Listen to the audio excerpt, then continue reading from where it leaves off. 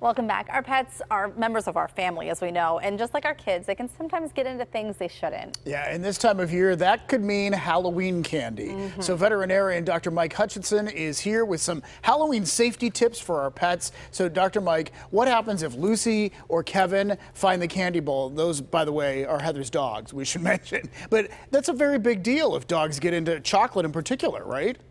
Yeah, and it happens to the veterinarian's dog too. A whole bag of candy a few years back. Wow. So you just have to watch it all the time. Candy, obviously people know that chocolate's toxic to our animals, and xylitol, the sugar-free sweeteners, is extremely toxic, and that can be found in gums and little candies as well. So keep all the candy away from your pets, and that's just good advice. The other thing I always tell people about, watch out for these pumpkins, because pets like pumpkins sometimes, and if you put a lit candle in them, that can be a fire danger, and also the pets can get sick on the pumpkin. Dr. Mike, I know that you have suggested in the past, now obviously always talk to your vet, but to at least keep, is it hydrogen peroxide at home? Yeah, that's a great piece of advice. I think that should be in every first aid kit for pets. And a bottle of regular, 3% hydrogen peroxide.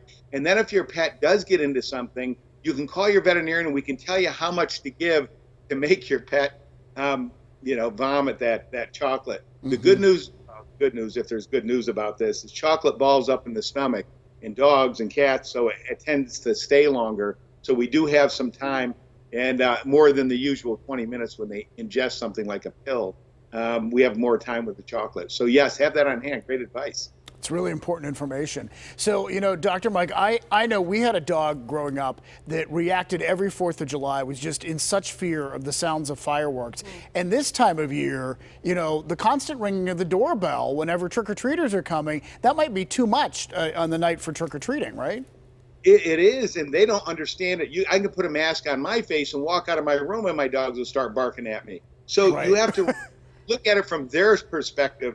It's just danger to them. So we have to protect the trick-or-treaters from our pets and our pets from the trick-or-treaters. You know what I mean, not to scare them. So it's probably better to put them in an inside room. And I just heard on the radio that the average pet owner spends $40 on pet costumes during Halloween. So we want to make sure that those costumes are safe too. We don't want them constrictive. And I tell people sometimes their birthday suit with a bandana is the best costume there is. Or if you have a great costume, take a picture of them and then take the costume off if they seem uncomfortable.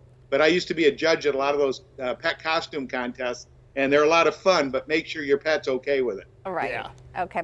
Hey, coming up on Wednesday, it's National Black Cat Day, and I know that there is some folklore about black cats, but they are sweet and there are no issues. And tell us a little bit more about this and insight into it.